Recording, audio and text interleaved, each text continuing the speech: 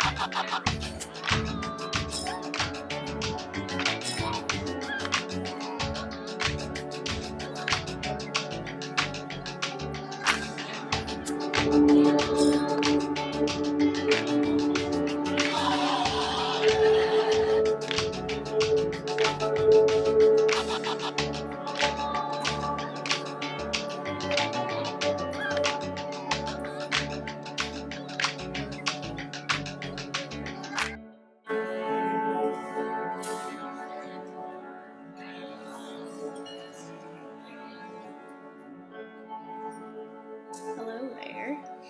My name's Emily. For those of you who don't know me, I am on staff at Front Porch, and I am going to be talking through some stuff for this week's coming worship gathering on Saturday.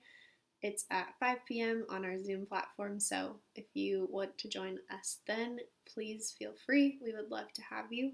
We release a video or some sort of media material every Sunday, and then the following Saturday we discuss it during our worship gathering. So you are more than welcome to come to that and join us for that. And we have been talking the last 2 quarters about what we're calling the politics of the divine, and how the person of Jesus sort of fits into both of those things. We looked at things like apocalypse and advocacy, scarcity and plenty, utopia, just all sorts of things that have been so fun to discuss. So we would really love to have you there. And today and this week and on Saturday, we're going to be talking about silence and how it also fits into both of those spheres of divinity and religious practice and politics. So we will look at what our social systems and our religious structures have to say about silence in several different spheres. And when I was starting this whole process of compiling thoughts and resources, silence is so variable. It's such a huge topic, and it applies to so many different facets of our lives. We can use it to ground ourselves and think deeply, to check in with ourselves, to punish each other. I don't know if you've ever had a sibling or a significant other or a friend give you the silent treatment, but that is one of my least favorite things. We can show people that we're paying attention by being silent or quiet, and we can also show people that we're listening. Silence can be seen as peace. There are so many silent retreats and silent practices. I think what comes to mind right off the bat is meditation and mindfulness, and how the act of being silent is so crucial to those things. But we also see silence as isolating, maybe more in terms of a lack of communication. So in a lot of estranged or strained relationships, there is silence. And even in a very social and arguably political setting as well, sometimes we still assume that silence means consent. So I think silence can be just as dangerous as it is healthy, and it really depends on what context we give it and what our views about it are. So we're going to tackle more of the religious side first, and I think this is where silence is seen as mostly and generally positive. It can be an individual or collective practice within many religions. We see in the Hebrew Bible and the Christian Bible that Jesus regularly withdrew from crowds and community to spend time alone in silence and prayer. And this withdrawal was painted as a necessary reprieve from stimulation and a way to reconnect or recenter oneself with the divine. And in Jesus' life as well, we also see the other side of silence as a political choice. It's included in all 4 gospel accounts of Jesus' trial before Pontius Pilate, and then in one gospel before Herod. Jesus' refusal to answer accusations and questions.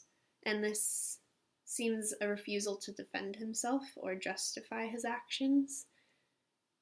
And I can't say exactly why this is included in all 4 accounts, but I know that its repetition and its inclusion is important nonetheless. We see this in the Hebrew Bible as well, in reference to God. In 1 Kings 19:12, God is speaking to Elijah, and Elijah has been waiting to hear God speak and has gone alone by himself and is expecting God to come loudly and forcefully and powerfully, and that's not quite the case. So it says, "Now there was a great wind, so strong that it was splitting mountains and breaking rocks in pieces before the Lord. But the Lord was not in the wind. And after the wind, an earthquake, but the Lord was not in the earthquake. And after the earthquake, a fire, but the Lord was not in the fire. And after the fire, a sound of sheer silence. When Elijah heard it, he wrapped his face in his mantle and went out and stood at the entrance of the cave. Then there came a voice to him that said, 'What are you doing here, Elijah?'" So in this passage, we see the Hebrew God challenging the ideas about divinity that were present at the time, even within his own people. Their God did not come with thunder or storms or natural disaster, as was a belief among other gods of the time. The Hebrew God subverted expectation and came in the stillness, which can lead us to draw similarities from Jesus' life as well. A divine being born to a teenage girl in a stable for no one to see is not exactly the showy thunder and lightning type of entrance into the world, which is beautiful and so contrary to what we would expect. And I think we love a good subverting of expectations. But is it possible to take that view of Jesus and divinity too far? I've seen and heard the person of Jesus diminished to a nonviolent pacifist, and that rhetoric to justify certain inaction. But is the silent, peaceful, under the radar guy that much of a threat to the empires that had him executed? I don't think so. Some part of him must have broken out of that way of being, which leads me to believe that the practices of silence that he did have and that he did hold were strategic, intentional, and productive.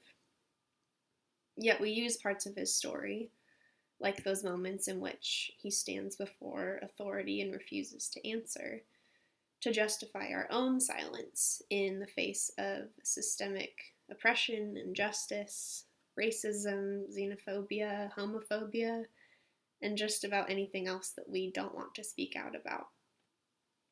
In her paper entitled "Nothing to Add: A Challenge to White Silence in Racial Discussions," Dr. DiAngelo, who wrote White Fragility, Why It's So Hard for White People to Talk About Racism, explains reasons why white folk are hesitant or unwilling to participate in conversations about race and racism.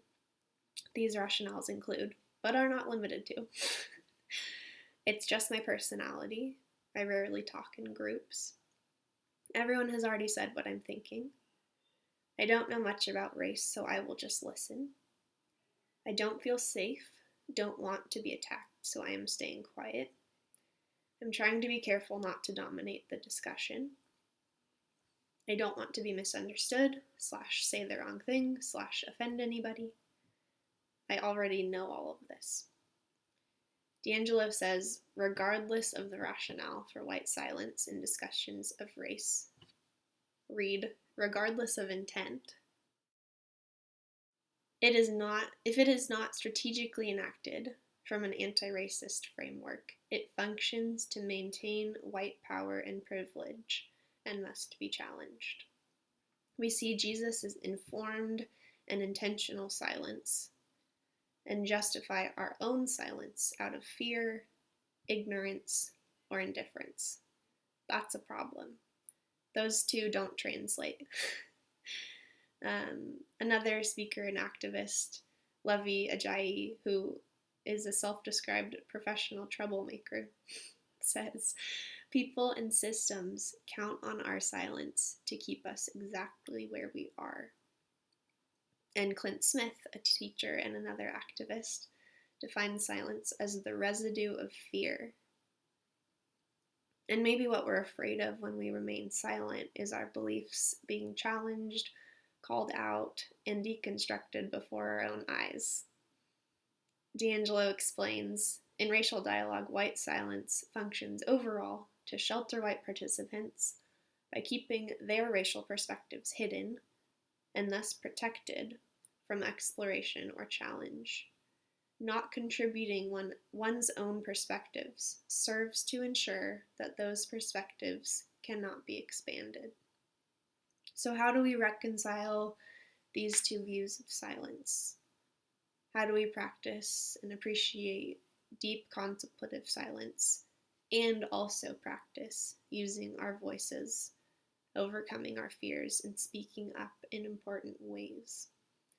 How do we move from a place of fear, inadequacy, caution, privilege, and begin first letting our beliefs be challenged and changed, and then using our words, platforms, and resources to speak?